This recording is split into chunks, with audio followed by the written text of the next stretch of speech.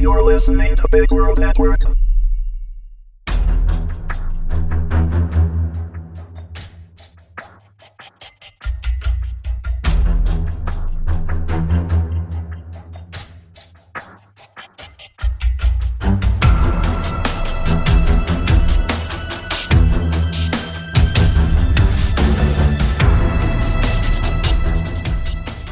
Bloodshot Buck, Episode 4. Written by W.H. Wood and Mitch K. Allan. Read by Willow Wood. Ava couldn't stop touching her uniform. She smoothed her hands over the black cotton and traced the cherry-black buttons. Unlike standard issue marine wear, this was fitted. It sat around her like a tea cozy. The double-breasted jacket was everything. She'd finally made it. She'd settled along with the other successful recruits, though not without consequence. Compared to James and Michael, however, Ava had come out the lucky one. After undergoing thorough body scans, physical endurance tests, 4 sleep cycles not hooked up to monitors, blood tests, Ava was finally deemed fit for service. She'd already taken 3 ibuprofen shots this morning, and her migraine had dulled to a bearable twinge. The important thing was that combined with some other drug she struggled to pronounce, her legs no longer felt swollen and her vision wasn't blurred.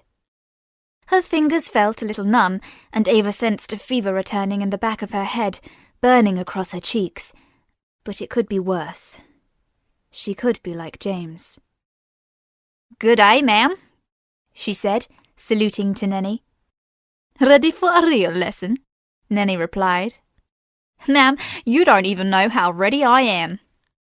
Smiling, Nenni pressed her palm to the door sensor, and it split into 3 segments, sliding open to reveal the training room. If she hadn't felt woozy, Ava would have bounded inside and run a circuit. It looked just like the practice room where she'd seen the 2 condemned synths fighting, but cleaner. Less slippery. Metal circles were set into the floor, fiberglass beams lined the walls, and the ceiling was covered in hundreds of fiberglass wedges. "Is this what I think it is?" Ava asked, noticing that her voice did not echo, not even slightly. "Possibly." Before Nenni shut the door, a glowing red drone whizzed into the room. It was a sphere. Its round body pulsed with moving holograms. "Shut the door in my face, why don't you?" it said in an irritated female voice. Ava believed she could hear algorithms and data files come alive in its programmed inflection. "We've got a drone?" asked Ava. "Ace! I love them!" "Met many of us, have you?" it snapped.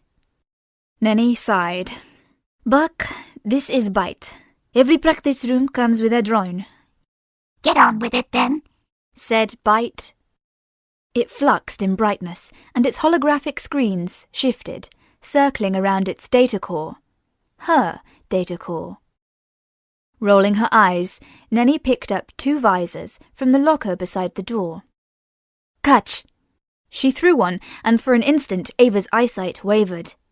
1 visor became 3, melding together like paint, before the illusion evaporated and she fumbled her catch. "You all right?" Nenni asked. "Yeah. How does it go on?" Ava stuck her head inside the helmet, wedging it in place with her bun. "You have to turn it on first," Nenni said, striding over.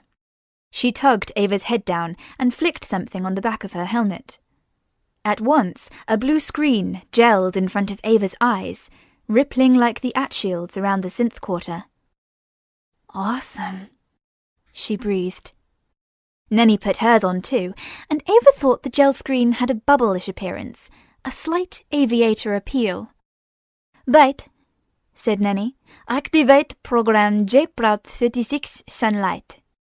Pulsing in brightness again, Bite bobbed over to a socket in the wall and pressed herself against it, grumbling. "Never a please. I bet it will look like shit." "Please," Nenni added. "Too late now, isn't it?" Bite muttered. Her words disappeared, replaced by birdsong in Ava's earpads. Block by block, a woodland grew inside the practice room. It crackled a bit, and some of the trees had green data rot instead of moss, but it looked beautiful. Homesickness hit Ava like a ton of bricks. She'd never see this in the flesh ever again. Birds, grassy hills, aquiline skies. But it wasn't this notion that filled her eyes with tears. The replica sunlight burned. It's too bright, she gasped, ducking her head. Her migraine reawakened and added to the hammering pain in her eyes. Bite, change to program J Proud 24 nightlights. Manners out the window already, Bite replied as the sky dimmed and shimmered with the northern lights instead. Please. Stop bothering. Ava made to lean against the nearest tree, but her arm phased right through. Neni caught her before she fell. Come here. Without another warning, Neni tipped Ava's head back, switched off the gel screen and subsequently the woodland, and stretched one of Ava's eyes wider with her thumb and forefinger. Is it bad? For all Ava knew, her eyes were bleeding magma. I've seen worse, said Neni. Do you feel sick elsewhere? No. Ava didn't want the lesson to end before it had even begun. Are you sure? Yes. Ma'am. It's important that you're honest. I get that. I saw Daniel. She wriggled out of Neni's grip, desperate to shove aside the image of Daniel coughing up blood, too. He'd died while the rest of them were settling. Such a fleeting life. It still didn't really register, as if he had never existed at all. Honestly, Ava pressed, I'm ready. We'll stop if I deem otherwise. Totally. But can we turn the birdsong down? It's not helping my headache. Did you hear that, Bite? Bite's cursing grew louder as the birds went quiet and the whispers of night cocooned Ava's ears. She reactivated her visor and clapped her hands. Everything she'd been through had to be worth something. She needed to feel things fall into place. Now. Here's how things shall work, Neni said. You and I, one-on-one, will train together until you pass basic. We will have this session every 3 days. Once you can function as a synth, you'll train to function as part of a unit. With Gibson and Sterling? Maybe. That depends on each of you.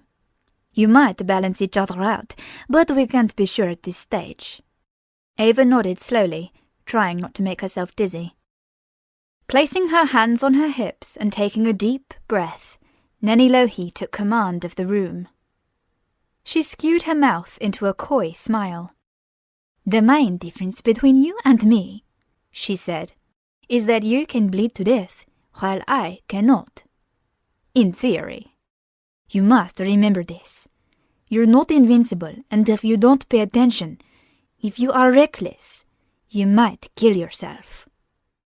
That wasn't exactly what Ava had hoped to hear. It's actually not too difficult, as a synth anyway. You just have to concentrate. If you cannot think clearly in the heat of battle, you must use your rifle instead. Right. Can't think? Shoot 'em up. Neni's smile hardened, and she gave Ava a serious look. She appeared almost mystical beneath the ebbing skylights. They danced across her body and highlighted the metal braces around her forearms. For the first time, Ava understood what it meant to be in the presence of a justicut, and a chill swept from her head to her boots. Sorry, she said, avoiding Neni's gaze. So, how do I... Ava held out her wrists and shook them, as if trying to shoot out cobwebs like an old comic book hero. Do this. Neni depressed a button on one of her braces, and a thin blade struck out from the underside of her forearm. It ran from wrist to elbow and curved out of the bracer, a shallow, sharp edge. You don't want to bleed out, she said. Minimal damage. What makes Catharian blood special is that it can multiply red blood cells when it leaves the body. This is because a Cathar places a small part of their consciousness into the departed blood. Their brains and physical sensory networks operate on a different level of sentience. "Hold up there," Ava said, clenching and unclenching her fingers in an attempt to relieve some of the numbness. "They think inside the blood?" "Not quite. It's difficult to describe until you experience it. The blood you evacuate from your body will be an extension of yourself. The thing that hurts isn't so much the cutting, but the collision with other objects. The Catharian red cells multiply because they receive a signal saying the host is alive and vulnerable. They expand and multiply in an effort to reform the host's body. As a synth, you're still too human to achieve this. Instead, you will learn how to bend the expanding blood into different forms, like the spear you saw on your first day." How the heck did Ava place her consciousness inside liquid? "Finding the sensory link between your mind and your cells will take time to come naturally. In a moment, you're going to experience true silence. After 10 minutes, you will hear your bodily functions. You'll be aware of everything your body does." "Everything?" "Yes. It's not pleasant. Maddening, in fact. Once you can hear your own heart beating, hold out your hand and I will give you a shallow cut. I'll show you the right pressure." Neni held out her hand and pointed to different sections as she spoke. "Synths must orientate their mind with their palm. It's best to slice straight across the middle.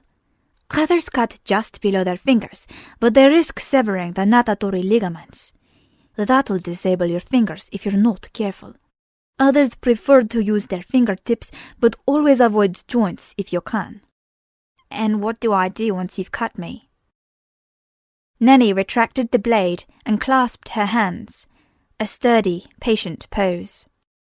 "You'll know," she said. "Now press the buttons on your earpads." Ava did as instructed. The center of each pad retracted into the helmet, cancelling the ambient noise. When it finished clicking into place, Ava noticed the eternal silence. She searched for bite, but the drone blended in with the holographic woodland, or she had reduced herself to a data core embedded in the wall. That seemed likely. Ava couldn't hear the chuggle of her energy field. Silence. Neni settled on the floor, crossed her legs, and smiled. "This room is special," she said. "Absolutely no noise will breach these walls, not even the hum of machinery. Only Bite will know if any sirens go off. Don't talk to me if you can help it." "Can I walk around?" "Yes, but don't try to pass the trees with red leaves. You'll walk into a wall." With that, Neni closed her eyes and relaxed her entire posture. At first, Ava tried not to breathe too loud. This was harder than expected. She wanted to fill the silence with sighs or huffs. It wasn't until Neni yawned and let out a silly squeak at the end that Ava felt she could at least breathe properly.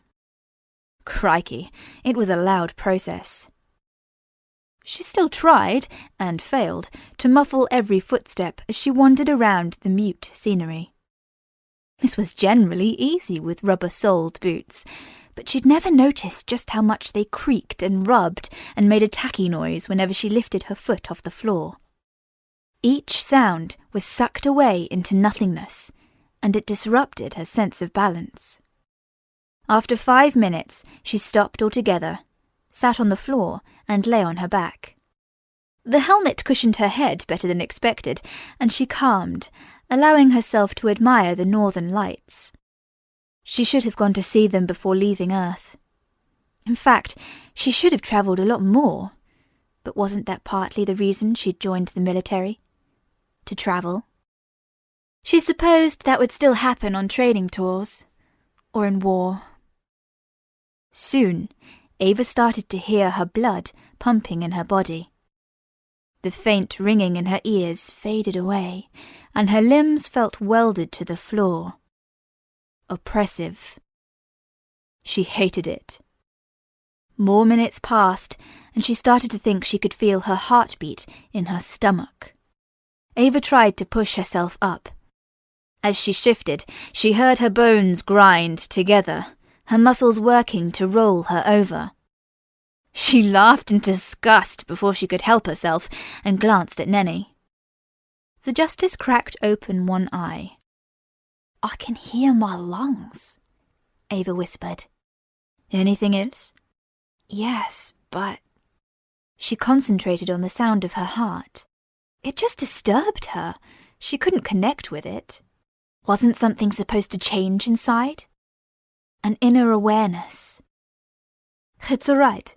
Take your time," Neni said, and began stretching her legs.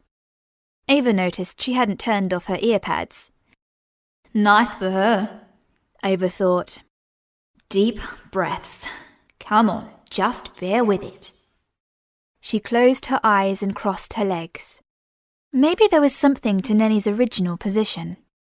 Deep breaths. The effect was almost instant, or maybe she was finally concentrating. Her limbs throbbed, her fingers ached, and with every heartbeat, she could sense her blood coursing through her veins. Ava stared at her palm. She could feel another hand inside. "Ma'am?" she breathed. A glimmer of excitement passed over Neni's face. "Yes?" Not daring to rise in case she lost the sensation, Ava held out her hand.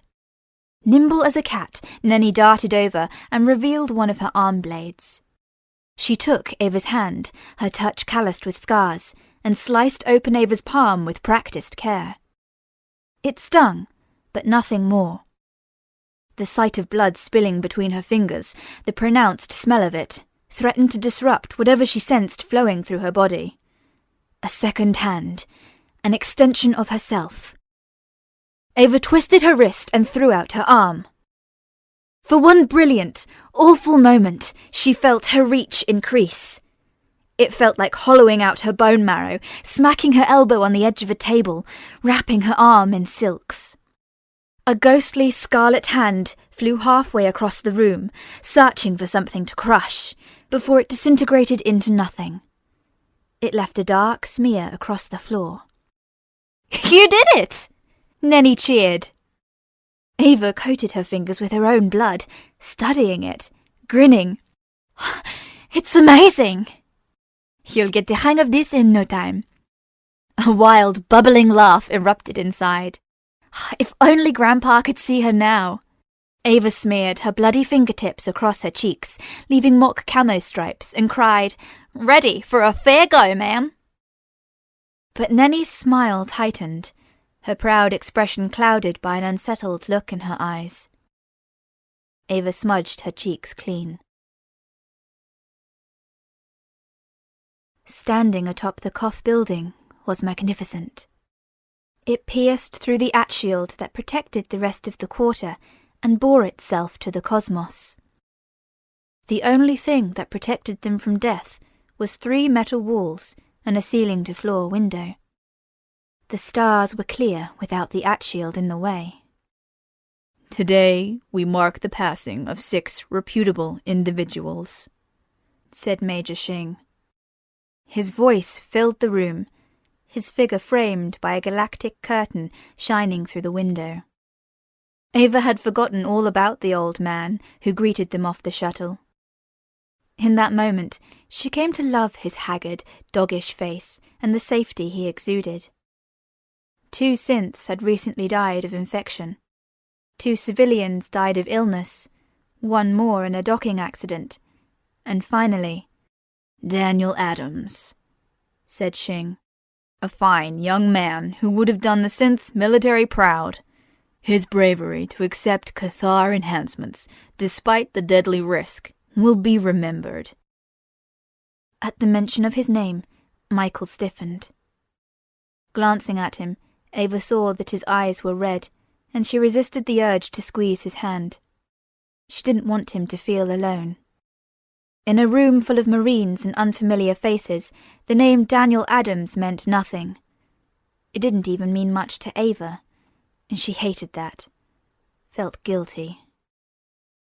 All of us who signed up for this knew the dangers, Xing went on. And none of us can avoid death. Wouldn't that be nice? But therewith whatever maker they held close to their hearts, and we will continue in their memory. The future is always uncertain. Our loved ones, our brave mates. We can't hold on to them, or live for them, or change their fate. So instead, we'll remember them, and we'll damn well smile about it. To the stars! To the stars! Chorused the assembly.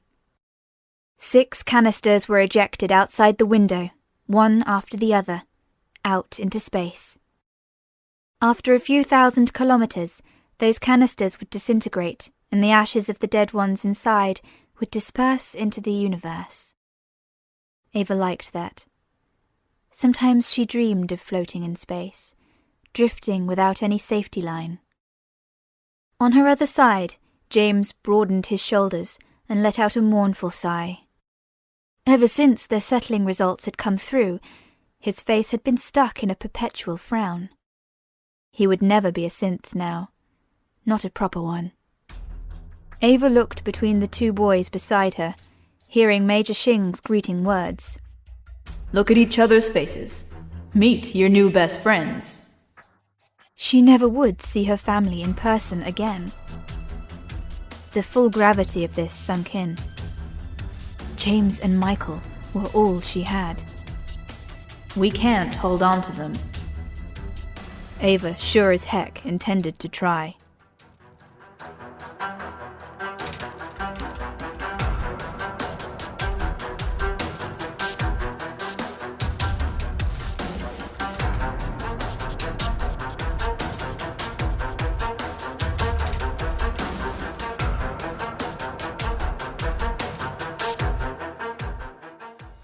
Music by Kevin MacLeod.